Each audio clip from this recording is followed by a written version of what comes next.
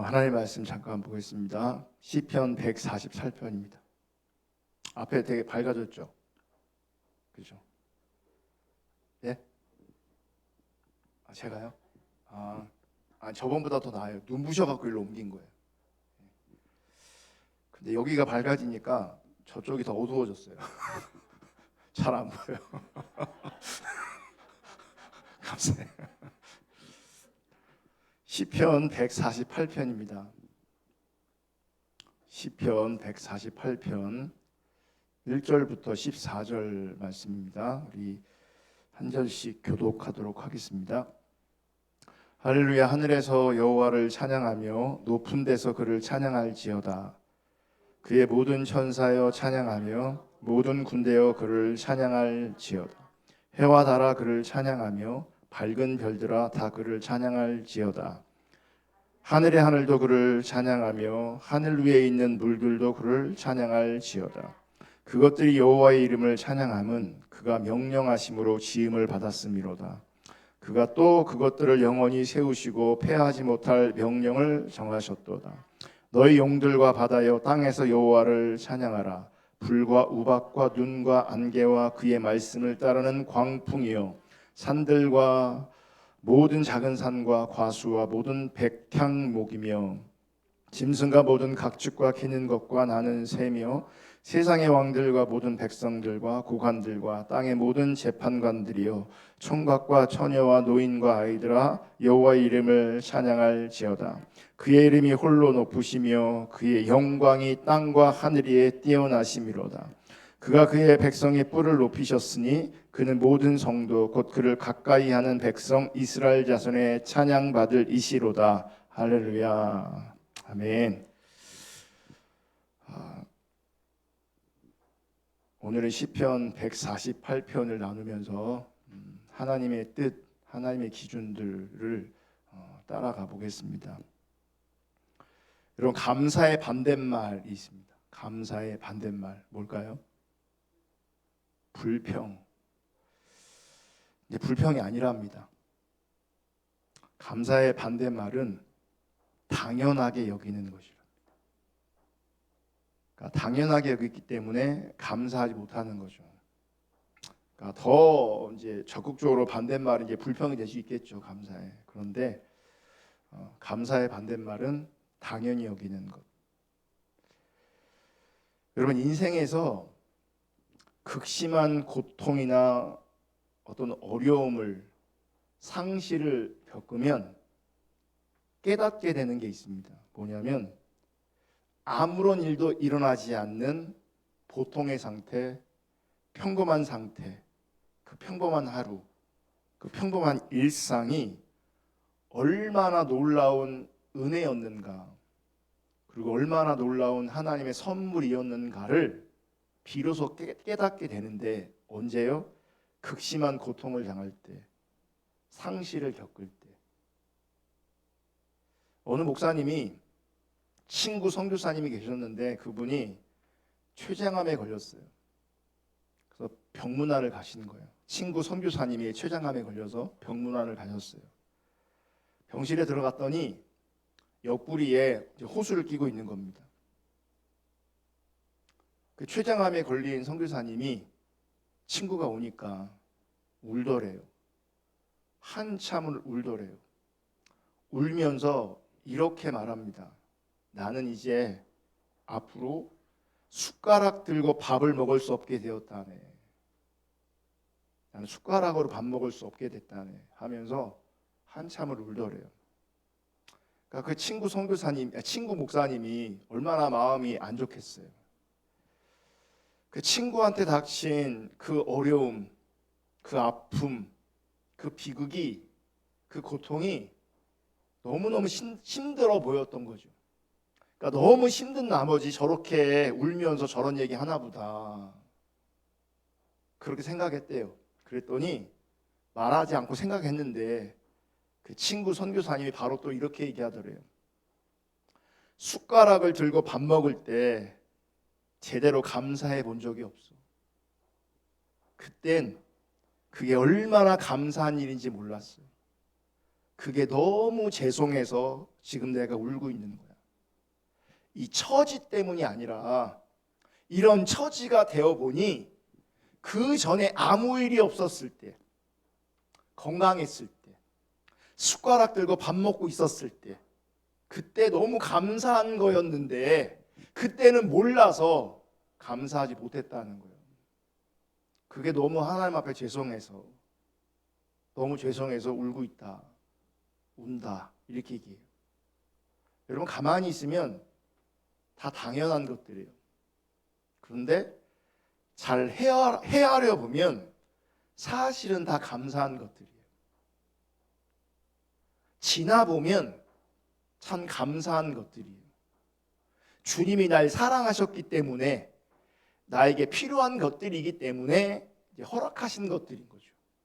문제는 오늘날 많은 현대인들이 주어진 삶 자체를 하나님의 은혜로 여기지 않는다는 겁니다.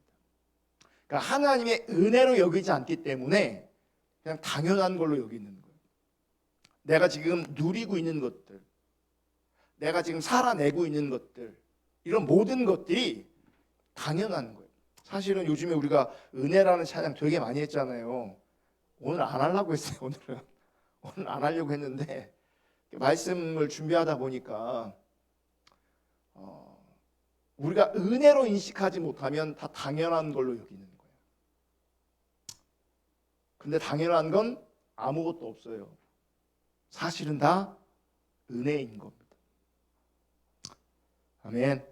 문제는 오늘날 많은 사람들에게 주어진 삶이, 일상이 은혜인 걸 모른다는 거죠.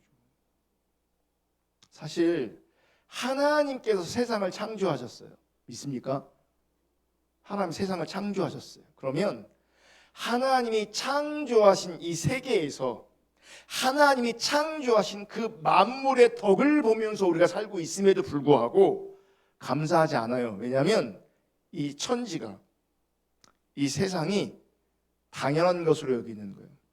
하나님이 만드셨기 때문에 내가 존재하고 있는 건데, 하나님이 허락하셨기 때문에 내가 존재하고 있는 것인데, 그래서 하나님 덕을 보고 있는 건데, 사실 은혜 아래 있는 것인데 우리는 그 하나님을 모르니까, 그 은혜를 놓쳐버리니까 그냥 다 당연한 거예요.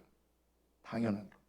또 감사하지 못하는 이유, 찬양하지 못하는 이유가 있어요. 뭐냐면 지금 내 자신보다 더 성장하고 더 확장되고자 하는, 확대하고자 하는 이 욕망, 이 탐심으로 말미암아 하나님을 향한 감각이 무뎌졌기 때문에 감사를 못하고 예배를 못합니다. 여러분, 우리 안에 자기 중립적인 관점에서 감사함이 없는 자리에서, 그러니까 감사가 없다는 건 뭐예요? 당연히 여기든지 또 하나는 불만족하다는 거예요. 그러니까 탐심으로 말미암아 이건 아니야. 나는 더 가져야 돼. 나는 더 누려야 돼. 더 확장돼야 돼. 확대되어져야 돼. 라는 생각을 가지면 여러분, 하나님을 향한 감각이 무뎌집니다. 그건 있어요. 종교성이 강한 사람들은 확장되기를 원합니다. 성공하기를 원합니다. 복 받기를 원합니다. 그런 관점에서 종교성을 가지고 열정을 낼 수 있어요. 그건 하나님을 향한 감각이 아니에요. 우리 안에 탐심이 작동하고 욕망이 작동하면, 자기 중심성이 작동하면 사실은 하나님을 향한 감각이 무뎌지게 돼 있어요. 그러니까 사실은 하나님을 향한 감각이 무뎌진 자리에서 기도 열심히 하고, 말씀 열심히 읽고, 충성하고, 봉사하고, 어떤 영적인 감수성을 누리고, 이게 뭐냐면 하나님과 상관없는 종교성으로 작동되고 있는 거예요. 그러니까 탐심과 하나님을 향한 감각은 같이 갈 수 없어요. 그래서 분별이 필요한 거예요. 나의 기도를 분별해야 되고, 나의 열정을 분별해야 되고요. 소위 어떤 영적인 것도 분별해야 돼요. 탐심이 있으면 하나님을 향한 감각이 무뎌지기 때문에 진짜 안 되는 게 뭔지 아세요? 감사가 안 돼요. 감사가 안 돼요. 그러니까 종교성을 가지고 예배하는 것도 돼요. 자기만 몰입하면 되거든요. 근데 진짜 중심에서는 감사가 안 돼요. 왜냐하면 은혜로 비춰지지 않거든요.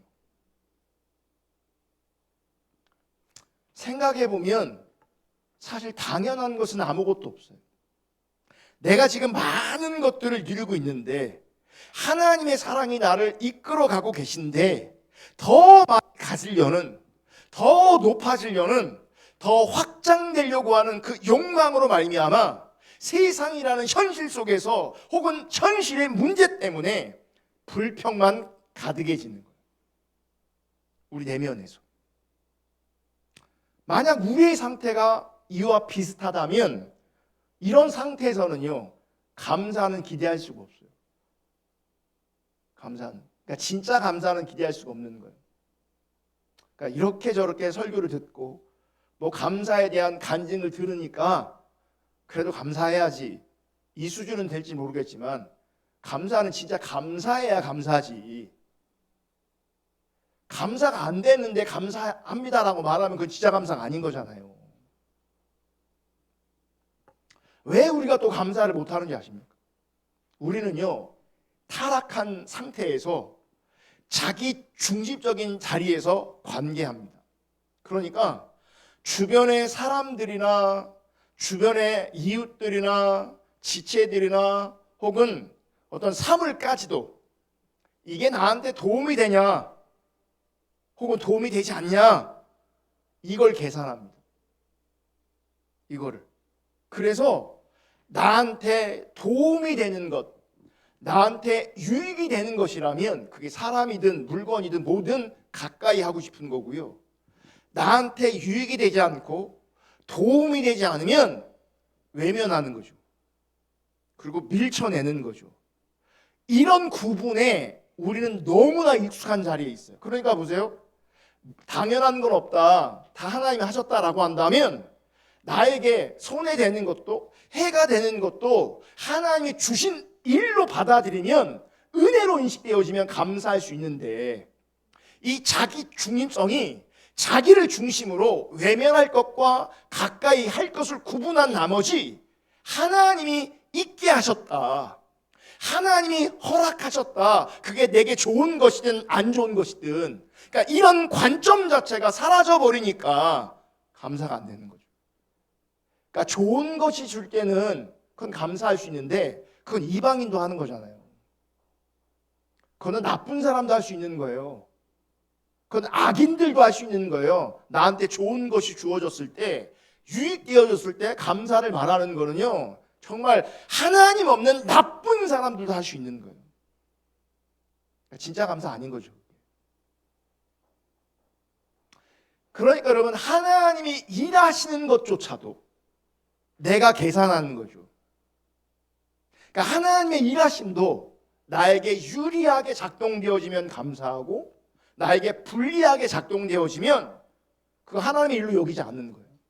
하나님의 일로 여기지 않으니, 하나님의 은혜로 여기지 않으니 당연히 감사가 안 되겠죠.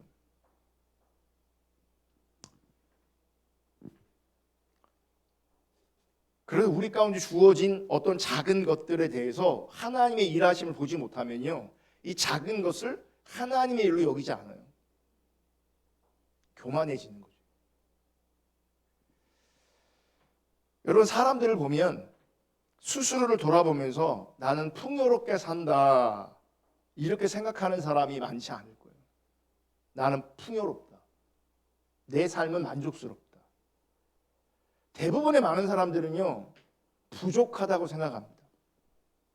사실은 하나님의 은혜에 분명히 있는데도 불구하고, 은혜 안에 있는 것임에도 불구하고 하나님의 그 은혜를 바라보며 찬송할 수 있는 그 기쁨의 삶, 그 감사의 삶을 잃어버린 지 오래되었어요. 많은 사람들이. 왜요? 부족하다고 느끼니까. 아까 그랬잖아요, 유무익 따진다 그랬잖아요.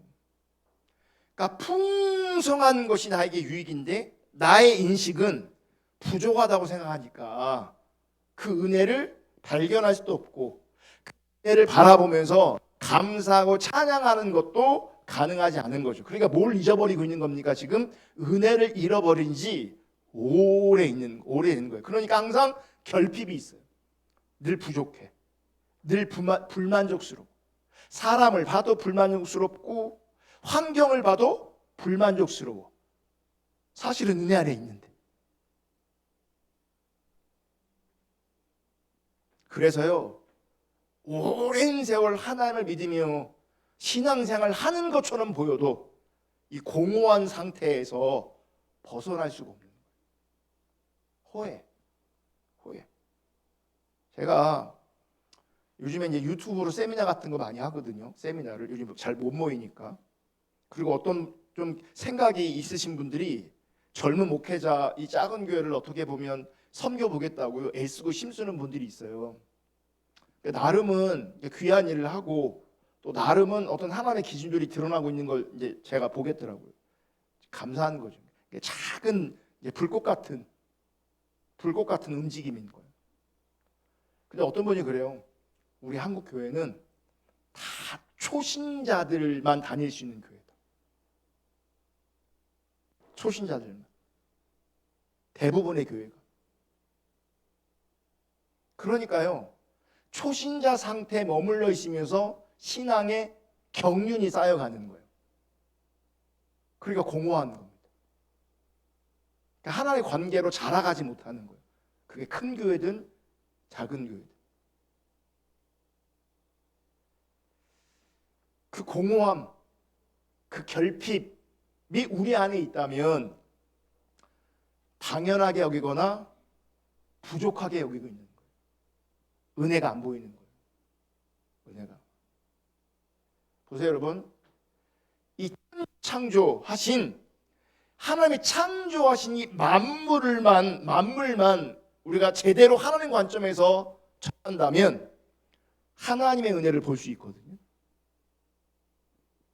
아멘. 근데 그 영적인 안목이 우리 가운데 없는 거죠.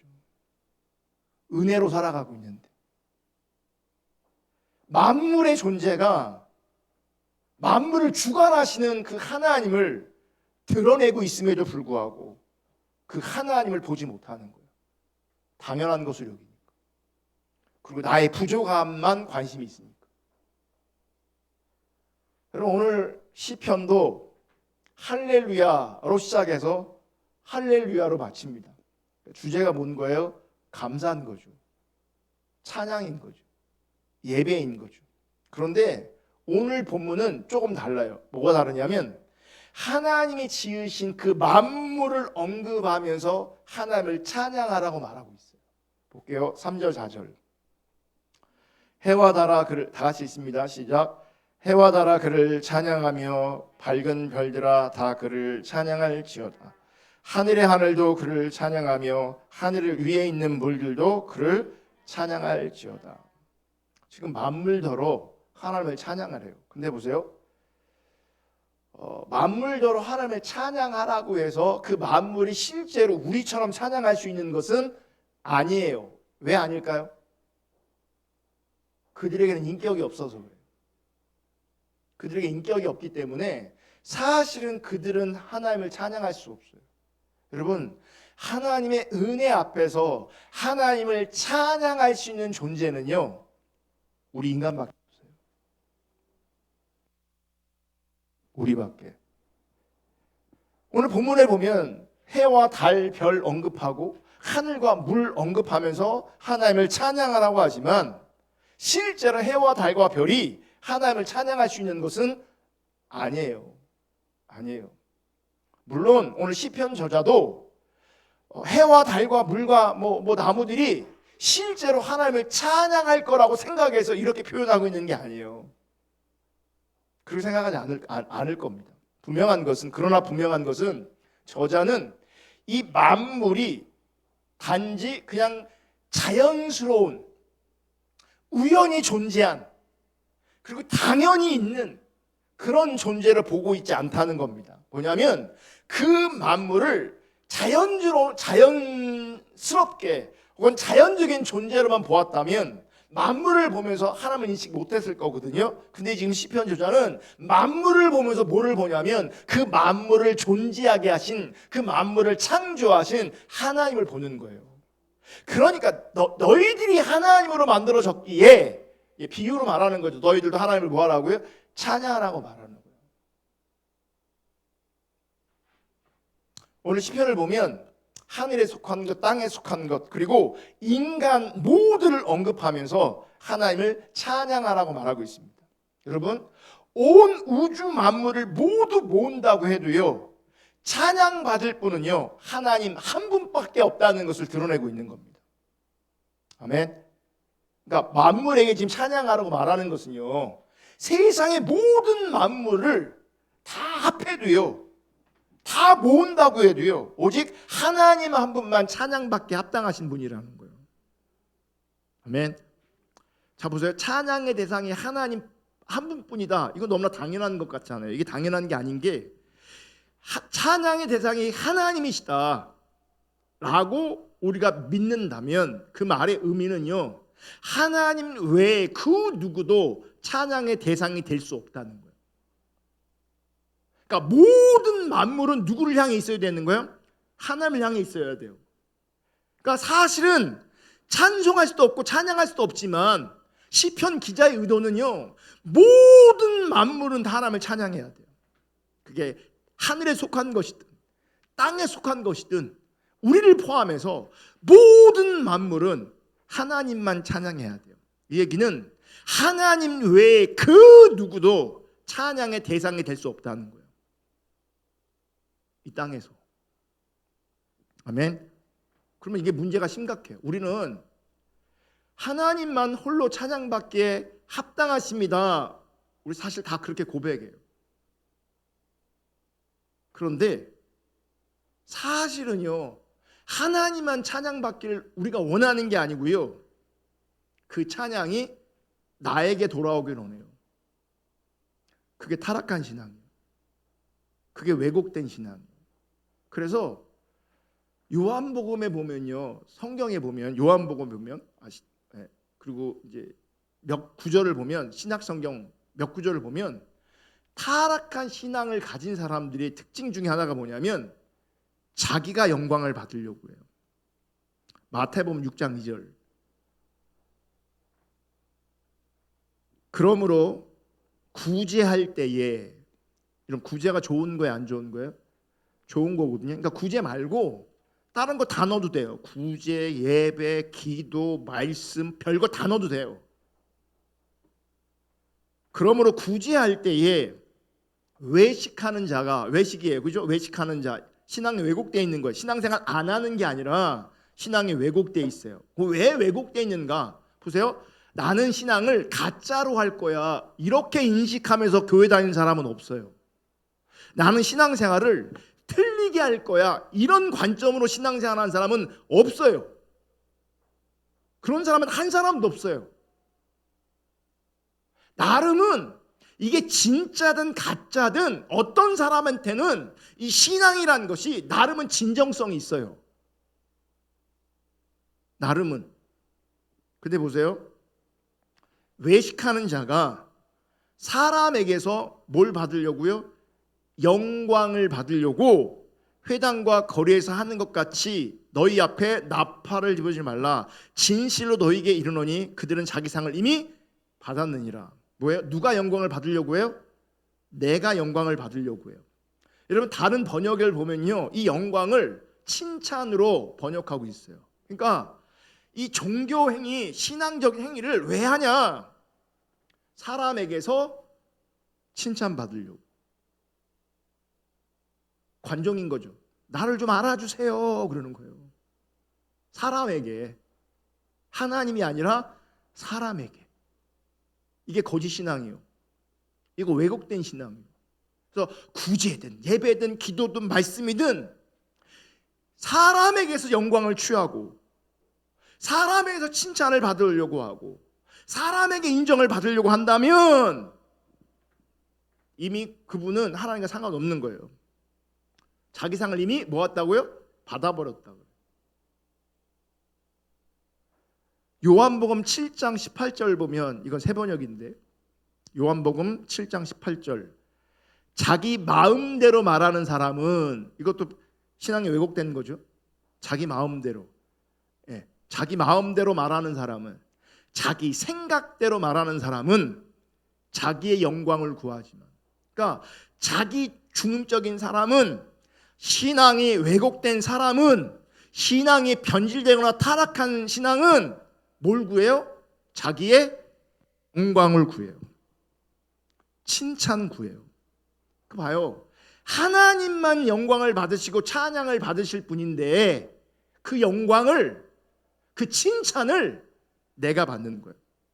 여러분, 찬양이 어려운 게 아니에요. 그 칭찬하는 거예요. 하나님 잘하십니다. 이게 찬양인 거예요. 하나님 위대하십니다. 놀랍습니다. 이게 찬양이에요. 그러니까 여러분, 찬양할 때 보세요. 리액션을 좀 잘하셔야 돼요. 그냥 놀라운 주님의 구원자 이러면 이거는 칭찬이 아니에요. 칭찬 그렇게 안 해요. 우리가 우와 놀랍다, 대단하다 이렇게 하는 거예요. 그러니까 점잖게 예배하는 사람들은요, 제가 볼 땐 뭔가 부족해. 칭찬, 우리 사람한테도 우리가 그렇게 안 해요. 칭찬할 때. 그래 안 그래요? 우리 예배는 우리 이 어르신들처럼 해야 돼. 이쪽에 있는 어르신들처럼. 보여요? 자기 마음대로 말하는 사람은, 자기 마음대로, 자기 생각대로 말하는 사람은, 왜 자기 마음대로 말하고 자기 생각대로 말하는 줄 아십니까? 하나님하고 연결되지 않았기 때문에 그래요. 하나님과 바른 관계에 있지 않기 때문에 그래요. 그러니까 누구 말을 해요? 자기 마음대로 말하고 자기 생각대로 말하는 거예요. 근데 그런 사람의 특징은 자기의 영광을 구해요. 자기의 영광을 구해요. 그러면서 이제 비교하신 말, 자기를 보내신 분의 영광을 구하는 사람은, 하나님의 영광을 구하는 사람은 진실하며 그 사람 속에는 불의가 없다. 지금 예수님 얘기하는 거거든요. 하나님의 영광을 구하는 사람은 예수님이에요. 새 번역 요한복음 5장 44절, 너희는 서로 영광을 주고받으면서, 너희는 서로 칭찬을 주고받으면서 오직 한 분이신 하나님께서 주시는 영광은 구하지 않으니 어떻게 믿을 수 있겠느냐. 그러니까 진짜 믿음이 아닌 거예요. 가짜 믿음인 거예요. 이 가짜 믿음의 특징이 뭔지 아세요? 서로 영광, 찬양은 하나님만 받으셔야 되는데 서로 영광을 주고받는 거죠. 서로 칭찬해 주는 거죠. 자기의 영광을 구하는 거예요. 그리고 사람들에게 그렇게 영광을 받아요. 칭찬을 들어요. 그 맛에 살아.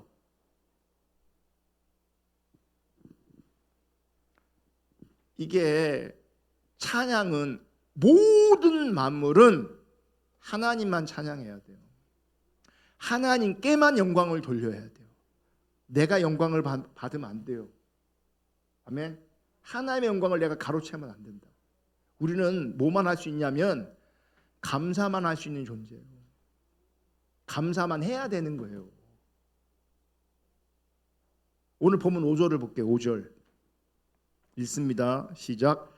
그것들이 여호와의 이름을 찬양함은 그가 명령하심으로 지음을 받았음이로다. 그러니까 만물들이 여호와의 이름을 찬양함은 그가 명령하심으로 지음을 받았습니다. 여러분, 만물이 여호와를 찬양해야 되는 당위성, 그게 뭔지 아세요? 하나님의 명령, 즉 말씀을 따라 지음 받았기 때문에 그래요.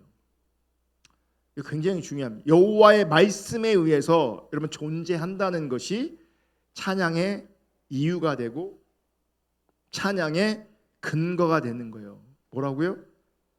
내가 하나님의 말씀으로 존재하고 있는 것 자체가 찬송의 이유가 된다고요. 말씀으로 지어졌기 때문에, 말씀으로 창조되었기 때문에, 다시 말하면 말씀으로 하나님에 의해서 존재하고 있기 때문에 당연히 우리는 뭐 해야 되는 거예요? 하나님을 찬송해야 되는 거예요. 근데 우리는 그런 이해가 없어요, 많이. 그러니까 뭘 나한테 유익되게 해줘야 우리는 찬송하고 감사하려고 해요. 그게 아니라 존재하게 하신 그 자리에서 뭐 하는 거예요? 감사하고 찬양하는 거예요. 존재하고 있는 것이 찬송의 근거고 당위성이 되는 거예요. 나를 존재하게 하신 그 하나님을 찬양하는 거예요. 아멘. 자, 하나님에 의해 만들어진 건 만물뿐만 아니라 누구를 포함하고 있냐면 우리도 포함되고 있어요. 그러니까 뭐예요? 내가 하나님을 찬양하는 이유는요, 하나님 나를 지으셨기 때문에요. 내가 하나님을 찬양하는 이유는 하나님이 존재하게 하셨기 때문에 그래요. 그것만으로도 우리는 뭐 해야 되는 거예요? 찬양하고 감사해야 되는 거예요.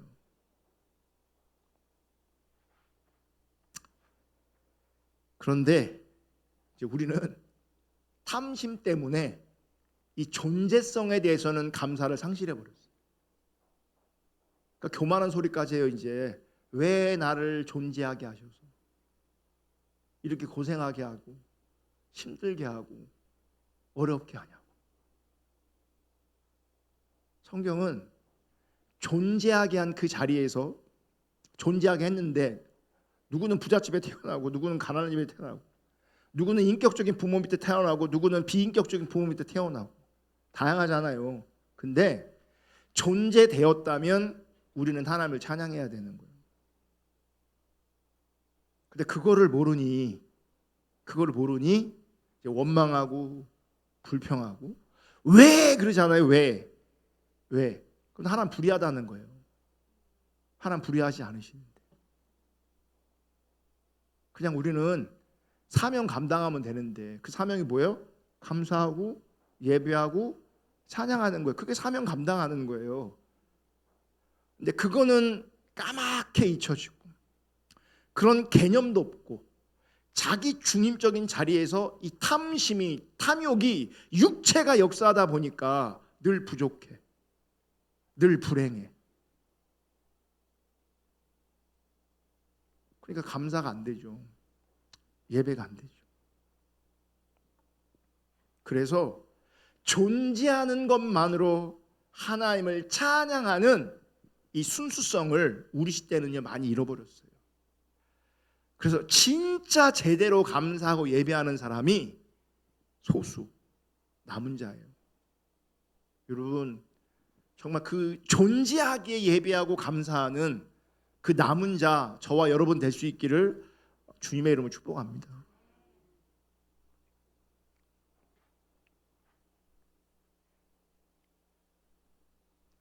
그래서 이런 하나님의 관점이 우리 가운데 새롭게 되어지면요, 감사할 수 있어요. 찬양할 수 있어요. 그 지난주 우리 간증 봤잖아요. 참 그분 참 인생이 우리랑 비교하면 그분 더 불행하잖아요, 사실. 솔직히 말하면. 근데 그분 감사하잖아요. 그러니까 기계적으로 감사하는 게 아니고요. 그분의 삶의 여정 가운데 인격체신 주님을 발견하고 그분의 은혜와 사랑을 발견하고 그분의 은혜와 사랑 앞에서 내가 할 수 있는 유일한 것이 감사인 것을 그분이 깨달은 거예요. 그러니까 바뀌어지면, 하나님에 대한 관점과 시각이 새로워지면 여러분 그 어떤 처지에서도 감사가 가능한 거예요. 찬양이 가능한 거예요. 그러니까 왜 내가 힘들지? 왜 내가 불행하지? 내가 왜 병들었지? 내가 왜 이런 문제를 만나지가 아니라 그 자리에서 뭐 하면 되는 거예요? 예배하는 거예요. 그 자리에서 뭐 하는 거예요? 존재하게 하셨기 때문에 감사하는 거예요. 쉽진 않죠. 그래서 은혜를 더 봐야 되고, 그래서 우리가 은혜를 기억해야 되고, 하나님 자신을 알아야 되고, 하나님이 행하신 그 일을 알아야 되는 거예요. 아멘.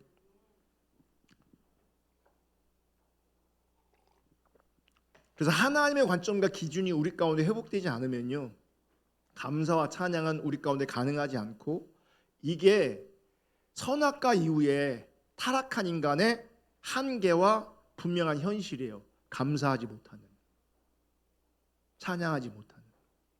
그럼 보세요. 이런 인간의 한계부터 우리가 인식해야 돼요. 죄인됨, 이런 한계를 인식하고 주의 궁율 앞에 나와야 돼요. 그러면 누가 우리를 새롭게 하세요? 하나님이 우리를 새롭게 하세요. 우리를 그렇게 새롭게 하시는 게 하나님의 일이에요. 그렇게 하나님께서 우리 가운데 일하시면서 하나님 자신을 계시하시고 하나님의 은혜와 사랑을 계시하는 거예요. 알게 하시는 거죠. 그러면 또 회복되는 겁니다. 존재성으로 하나님께 감사하고 찬양하는 것들이 우리 가운데 회복되고 더 깊어지는 겁니다. 아멘. 그러면요, 우리가 원하는 것보다 하나님은 더 복되게 일하셨다라고 하는 것을 보게 되는 거예요. 내가 작은 은혜가 아니라 엄청난 은혜를 입었구나, 그리고 입고 있구나 라고 하는 것들이 보여지는 거죠. 그럼 감사하는 거예요.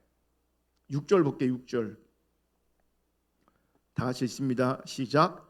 그가 또 그것들을 영원히 세우시고 패하지 못할 명령을 정하셨도다. 여기 보면 패하지 못할 명령을 정하셨대요. 무슨 말이냐면 세상 만물이 하나님이 정하신 법칙을 따라 활동하고 움직이고 있다는 것을 의미하는 겁니다. 그러니까 쉽게 말하면 우리가 살아가는 이 세상에 어떤 자연 법칙 같은 게 있어요. 법칙. 그게 누가 그렇게 정하셨냐면 하나님이 정하신 거예요. 그러니까 사람들은 하나님을 모르니까 우연이라고 얘기해요. 우연. 이게 우연치고는 너무너무 기가 막혀요. 여러분, 우리 이 지구가요, 태양, 지금 이 상태, 태양 쪽으로 조금만 더 가도 우리는 못 살아요. 태양에서 조금만 멀어져도요, 우리가 못 살아요. 살 수가 없어요. 네, 우리는 그냥 당연히 있으니까, 그리고 이곳에 내가 존재하고 있으니까, 그리고 있던 법칙이니까 너무나 당연한 것으로 여기지만 그 법칙을 누가 만드셨냐면 하나님이 만드셨고 그 자연 법칙에 의해서 세상이 돌아가고 있어요. 아멘.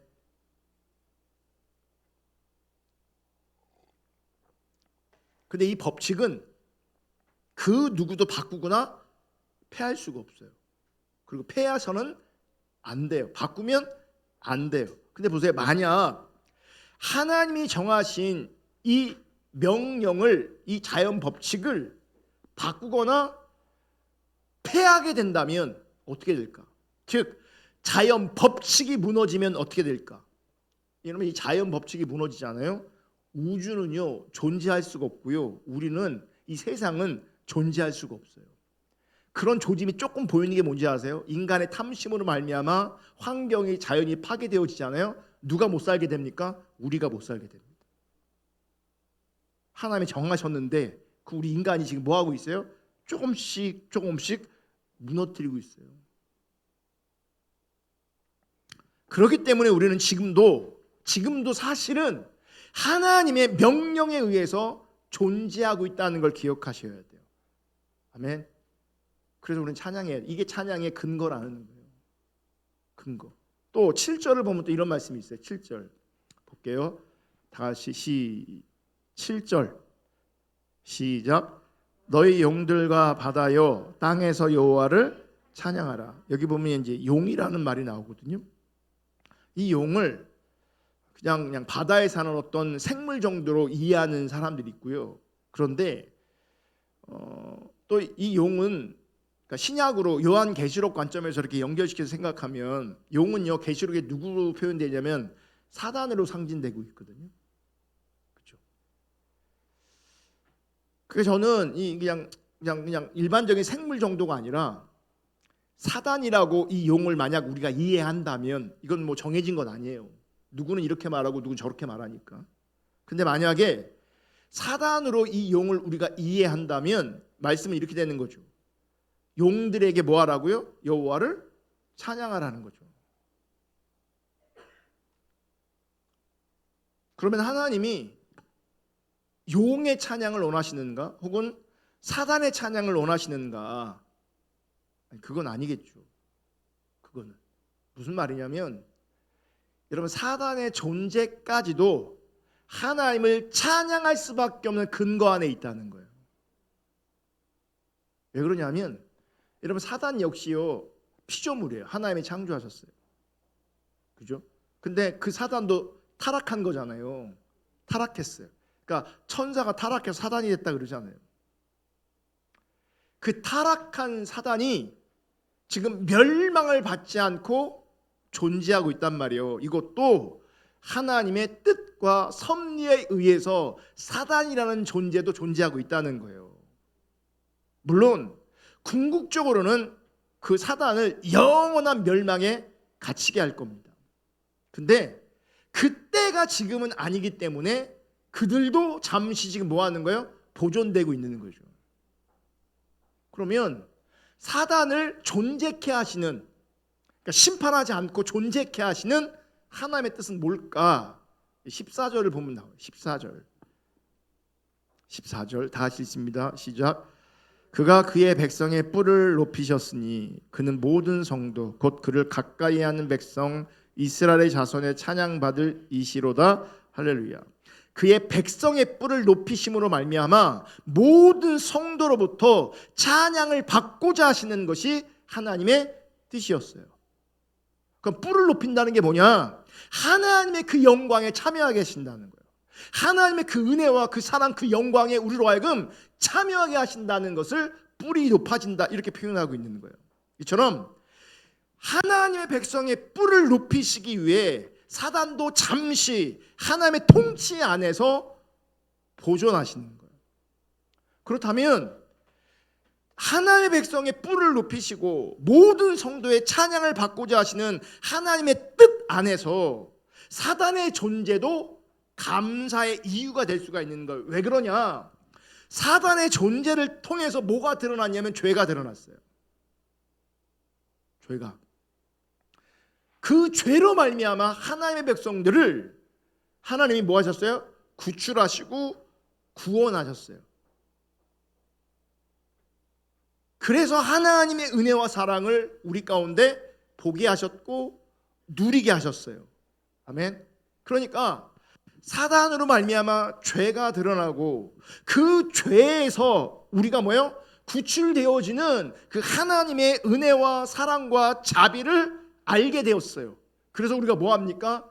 결국은 예배하고 찬양하는 자리에 있게 되어지는 거예요. 그러니까 하나님을 찬양하는 그 자리에, 우리가 하나님을 찬양할 수밖에 없는 그 자리에 누가 있는 거예요? 사단도 쓰임 받고 있는 거죠. 그래서 여러분 하나님의 뜻을 외면하잖아요. 그래서 우리의 육체를 자꾸 중심으로 두면, 자기 중심적인 자리에 있으면 사단의 존재를 이해를 못해요. 이해할 수가 없어요. 아까 자기 중심적인 자리에 탐심과 욕심을 추구하면 누구를 향한 감각이 사라져요? 하나님을 향한 감각이 사라져요. 그러니까 진짜 영적인 감각이 사라지기 때문에 그 안에 모두 포함되어 있냐면 이 사단의 존재도 포함되어 있는 거예요. 그러니까 무시하게 돼 있고 제대로 이해하지 못하게 돼 있어요. 그래서 자기 중심적인 자리에 왜 하나님이 세상을 창조하실 때 사단을 멸하지 않으셨는가 의문을 갖게 돼요. 그러니까 불의하다고 얘기하는 거죠. 그러니까 자기 중립적인 자리에서, 자기 중립적인 신앙과 구원의 자리에서 하나님의 일하심이 도무지 이해가 되지 않는 거예요. 그러니까 사단을 멸하신 상태에서 세상과 인간을 창조하셨다면 우리가 죄를 범하지 않았을 것인데, 에덴 동산에 영원히 살 수 있었을 것인데, 그러면서 하나님의 일하심에 대해서 아쉬워하는 거죠. 그 아쉬우면요, 하나님 불의하시다라고 말하는 것과 똑같은 거예요. 여러분 하나님이 존재케 하신 그 모든 것에는요 우연이 없어요. 하나님의 명령이 있고요, 또 하나님의 섭리에 의해서 존재하고 있는 겁니다. 그래서 존재한다는 것은 하나님의 뜻과 반드시 연결되어 있는 거예요. 중요한 것은 존재하는 배후에는 분명히 하나님이 있는데 그 하나님을 아느냐 모르느냐, 바르게 연결되어 있느냐, 배후에 계신 그 하나님을 내가 무시하고 외면하느냐, 여기서 갈라지는 거예요. 우리가 존재하고 있잖아요. 할렐루야. 어떤 모양이든 어떤 형태로든 어쨌든 우리는 존재하고 있어요. 무슨 얘기냐? 하나님의 뜻과 무관하지 않다는 거예요. 우리를 존재케 하시는 하나님이 계시는 거예요. 아멘. 그러니까 우리는, 사단은 결국은 우리로 하여금 찬양하게끔 하는 도구일지 모르겠지만 우리는요, 하나님을 찬양하는 도구로 존재케 하시는 거예요. 우리는.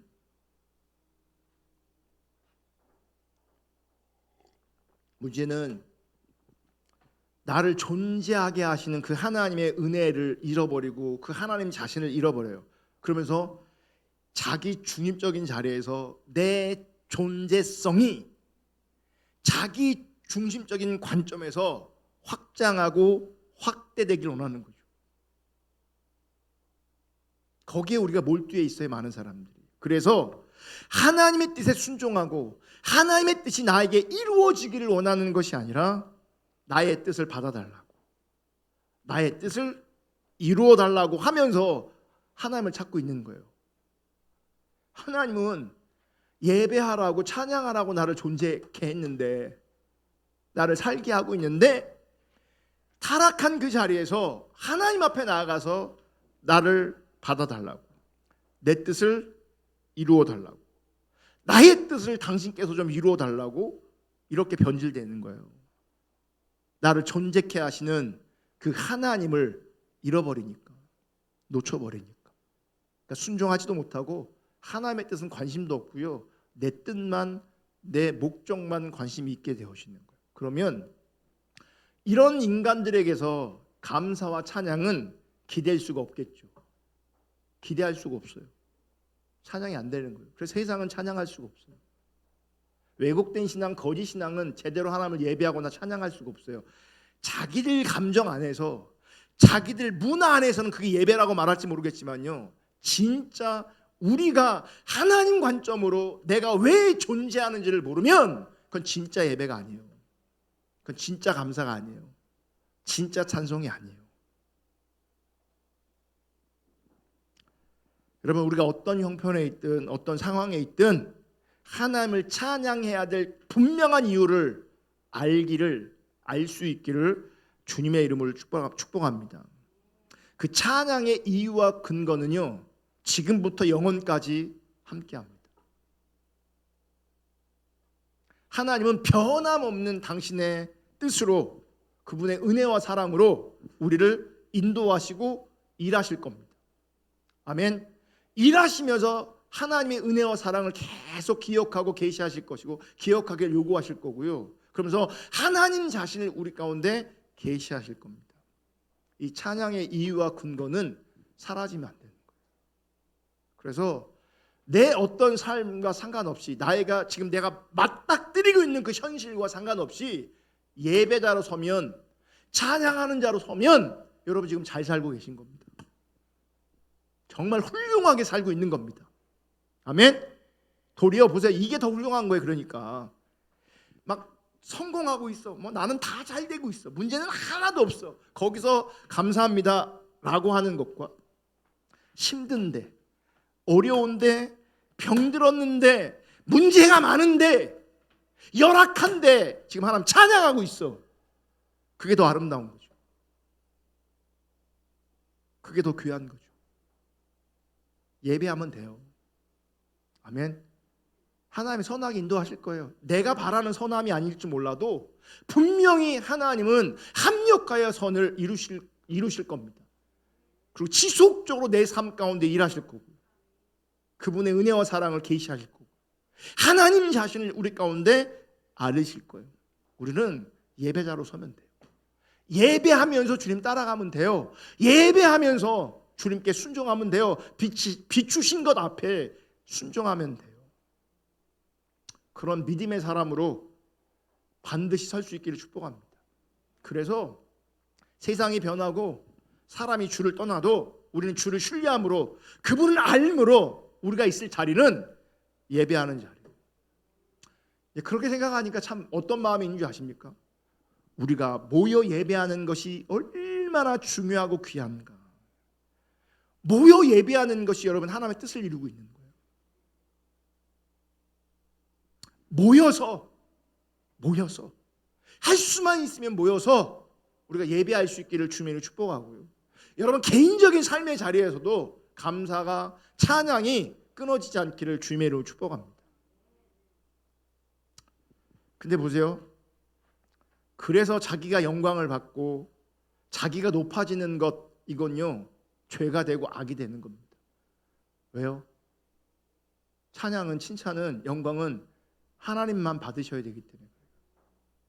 어떤 사람, 이런 사람, 내가 잘 됐어, 그 잘됨을 자랑하면 그래서 그게 악이 되고 죄가 되는 거예요. 내가 칭찬받는 거예요. 내가 영광을 받는 거예요. 좀 이해가 되세요? 우리는 자랑할 게 있는 사람이 아니라 감사하고 찬양할 사람들이라고. 하나님이 복 주셨을 때, 은혜 줬을 때, 그 높아졌을 때 내 자랑하면, 자식이 잘 됐는데 내가 자랑하면, 남편이 잘 되는데 내가 자랑하면, 내 사업이 잘 돼서 내가 나를 자랑하면 그건 죄가 되고 악이 되는 거예요. 찬양해야 돼요. 감사해야 돼요.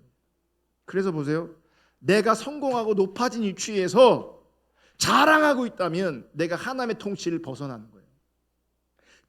자기 영광을 취하고 있다면 하나님의 통치에서, 하나님과의 관계에서 벗어나 있는 거예요.